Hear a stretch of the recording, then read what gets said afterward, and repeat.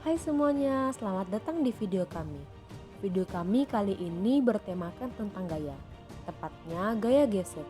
Dalam video ini, kami akan membahas tentang seberapa besar gaya gesek yang terjadi di udara dengan melakukan eksperimen atau penelitian. Penelitian kami berjudulkan penentuan gaya gesek di udara yang terjadi pada saat bola dijatuhkan menggunakan aturan GLBB atau gerak lurus berubah beraturan. Penelitian ini dilakukan guna untuk memenuhi tugas mata kuliah fisika eksperimen. Langsung saja, mari kita kenalan dengan para peneliti. Yang pertama, Cindy Prisilaha, yang kedua Emi Rajia, yang ketiga Siska Gustiani, dan yang terakhir Veronica Fitri. Untuk para peneliti yang terjun ke lapangan, ini ada Emi Rajia, kemudian Veronica Fitri sebagai pencatat waktu, dan Cindy Priscilla sebagai dokumentasi.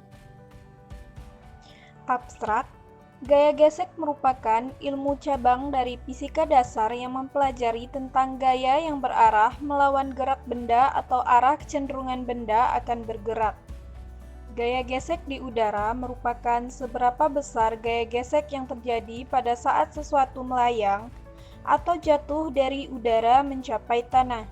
Penentuan gaya gesek di udara yang terjadi pada saat bola dijatuhkan menggunakan aturan GLBB gerak lurus berubah beraturan bertujuan untuk mengetahui seberapa besar gaya gesek yang terjadi di udara pada saat bola dijatuhkan dengan ketinggian yang telah ditentukan. Penelitian ini dilakukan dengan memvariasikan berat benda sebanyak 10 variasi, yaitu dengan massa 10 gram, 20 gram, 30 gram, 40 gram, 50 gram, 60 gram, 70 gram, 80 gram, 90 gram, dan 100 gram. Ketinggian yang digunakan pada setiap percobaan selalu sama, yaitu sebesar 1 meter. Berdasarkan penelitian dan perhitungan yang telah dilakukan, dapat disimpulkan bahwa hasil rata-rata gaya gesek di udara sebesar 0,045904 Newton. Karena hasil ini mendekati 0 Newton, maka teori yang menyatakan bahwa gaya gesek di udara cenderung diabaikan terbukti benar. Latar belakang. Secara umum, gaya didefinisikan sebagai sesuatu yang dapat mengubah keadaan gerak suatu benda. Dalam fisika pula, gaya adalah segala apapun yang dapat menyebabkan benda bermassa mengalami percepatan. Salah satunya adalah gaya gesek. Suatu benda yang bersinggungan dan kemudian diamati, maka akan terlihat pergerakannya seperti dilawan oleh suatu gaya. Fenomena ini dinamakan gesekan.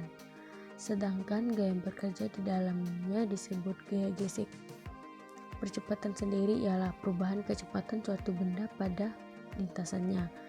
Gerak jatuh bebas merupakan gerak jatuh benda pada suatu arah vertikal dari ketinggian tertentu tanpa adanya kecepatan awal. Kecepatan sendiri merupakan suatu besaran vektor atau memiliki arah pada lintasan tertentu yang laju perpindahan lintasan tiap detik persatuan jarak. Jika suatu benda dijatuhkan di permukaan tanah dengan ketinggian tertentu dengan percepatan gravitasi, besar gaya penghambat yang dialami partikel berbentuk bola merupakan gaya gesek. Tujuan penelitian ini untuk menentukan berapa besar gaya gesek yang akan terjadi pada saat bola dijatuhkan. Manfaat dari penelitian ini adalah agar kita mengetahui nilai hambat atau gesekan oleh udara pada bola yang bergerak di udara dengan menerapkan aturan GLBB.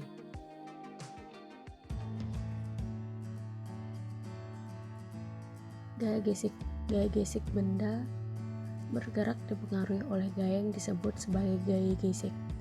Tribologi adalah suatu ilmu tentang interaksi permukaan benda padat yang bergerak dan implikasi yang muncul dari interaksi tersebut. Dari tribologi inilah munculnya ide untuk melakukan perumasan. Gaya gesek dibagi menjadi dua jenis, yaitu gaya gesek statis dan gaya gesek kinetis B. Persamaan gaya gesek di udara menurut Young dan Friedman adalah F gesek sama dengan M dikali G dikurang A. Gerak jatuh bebas. Gerak jatuh bebas merupakan salah satu gejala alam yang dipelajari di dalam fisika. Gerak jatuh bebas adalah gerak jatuh benda pada arah vertikal dari ketinggian tertentu tanpa kecepatan awal. Galileo menyatakan bahwa untuk gerak jatuh bebas, semua benda akan jatuh dengan percepatan yang sama jika tidak ada udara dan hambatannya. Percepatan konstan untuk gerak jatuh bebas adalah percepatan akibat gravitasi bumi atau G. Berdasarkan teori, peristiwa gerak jatuh bebas dipengaruhi oleh gaya gravitasi bumi, sehingga nilai percepatan benda pada saat mengalami gerak jatuh bebas adalah mendekati nilai percepatan gravitasi bumi, yang dirumuskan V sama dengan G dikali T. Gerak lurus berubah beraturan. Gerak lurus beraturan dapat didefinisikan sebagai gerak suatu benda yang menempuh lintasan garis lurus, di mana dalam setiap selang waktu yang sama, benda menempuh jarak yang sama. Dalam definisi yang lain, gerak lurus beraturan adalah gerak suatu benda yang menempuh lintasan garis lurus dengan kelajuan tetap. Kelajuan tetap yang dimaksud adalah gerak benda selalu tetap dan besar kelajuannya juga tetap. Berdasarkan penemuan Isaac Newton, gravitasi ialah gaya tarik-menarik bumi berupa interaksi antara benda bermassa. Suatu benda akan jatuh ke tanah jika dilepaskan dari ketinggian tertentu. Jatuhnya benda tersebut karena adanya percepatan gravitasi. Peristiwa jatuhnya buah apel yang mengenai kepala Newton merupakan peristiwa gerak jatuh bebas. Gerak jatuh bebas atau GJB merupakan suatu gerak yang jatuh dari suatu ketinggian tanpa adanya kecepatan awal atau P0 sama dengan 0, sehingga hanya dipengaruhi oleh percepatan gravitasi. GJB dikelompokkan sebagai gerak lurus berubah beraturan atau GLBB. Secara matematis, persamaan GLBB pada arah vertikal adalah sebagai berikut. VT sama dengan VT kuadrat dikalikan V0 kuadrat dikalikan A dikalikan dengan S.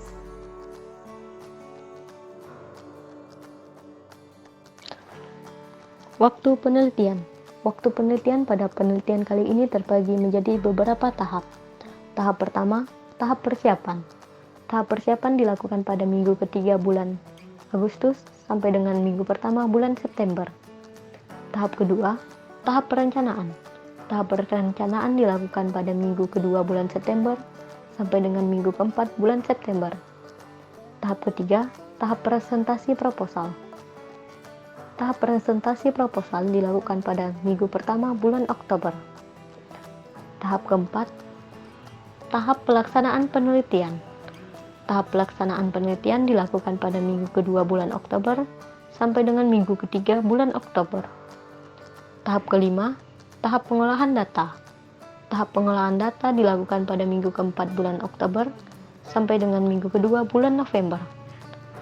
Tahap keenam, tahap penyusunan laporan. Tahap penyusunan laporan dilakukan pada minggu ketiga bulan November sampai dengan minggu pertama bulan Desember. Tahap ketujuh, tahap pengumpulan laporan. Tahap pengumpulan laporan dilakukan pada minggu kedua bulan Desember.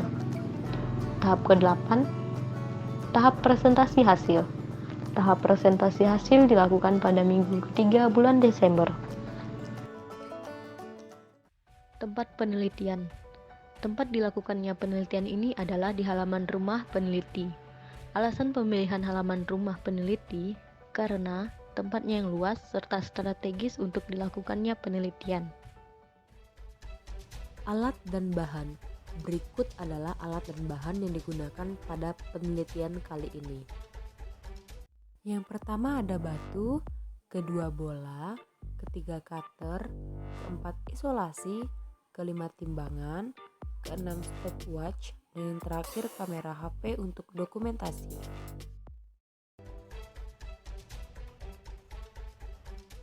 Ini adalah sketsa dari rancangan percobaan.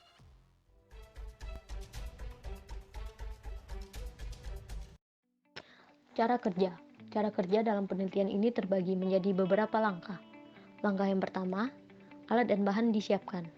Kedua, bola diberi celah, kemudian diisi beban menggunakan batu dengan variasi massa 10 sampai dengan 100 gram. Dengan cara ditimbang menggunakan timbangan.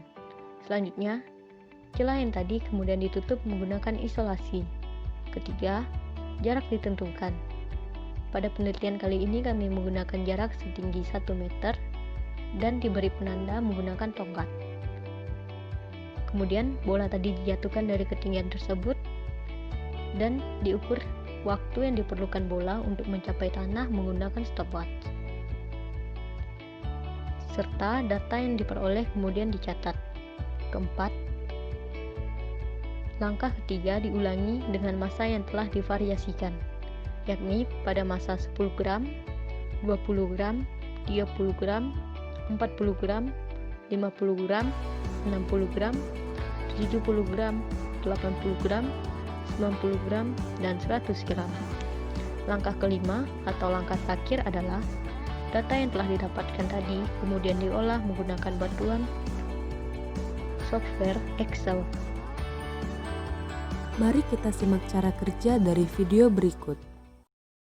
Setelah alat dan bahan disiapkan, kemudian bola dilubangi untuk diberikan beban. Lakukan langkah ini dengan sangat hati-hati agar tidak cedera. Bola yang sudah diberi beban ditutup hingga rapi menggunakan isolasi hingga tidak meninggalkan celah sedikit pun. Kemudian ditimbang dengan massa yang bervariasi mulai dari 10 gram hingga massa 100 gram. Untuk jelasnya bagaimana cara kerja mengambil data, mari kita lihat video berikut. Percobaan dilakukan dengan massa yang berbeda-beda, mulai dari massa 10 gram hingga massa 100 gram. Kemudian kita hitung waktu yang dibutuhkan untuk bola jatuh ke tanah menggunakan stopwatch.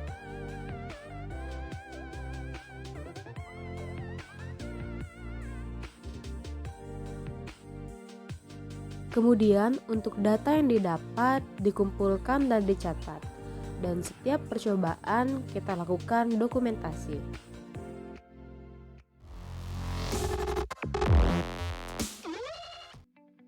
Ini adalah tabel hasil.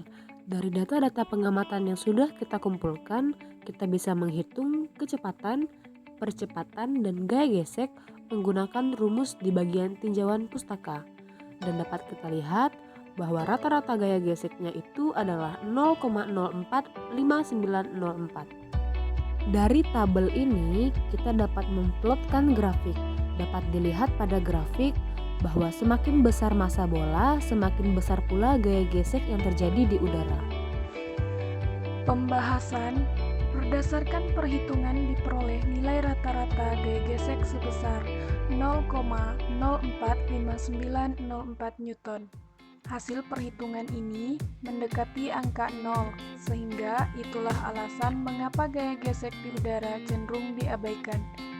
Alasan mengapa gaya gesek di udara hanya mendekati 0 tetapi tidak sama dengan 0 adalah karena pada penelitian ini tidak dilakukan di ruang hampa dan terdapat pengaruh dari berbagai faktor lain.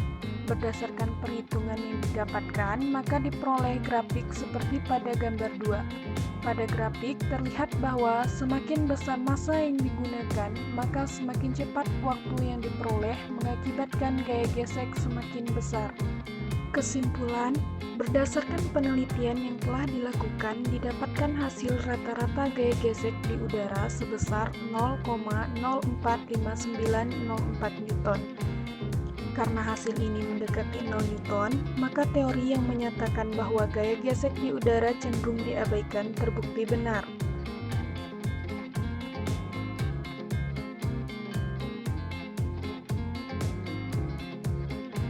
Sekian penjelasan kami terkait penelitian yang telah kami lakukan. Mohon maaf jika banyak kekurangan. Sampai jumpa di video kami selanjutnya. Terima kasih.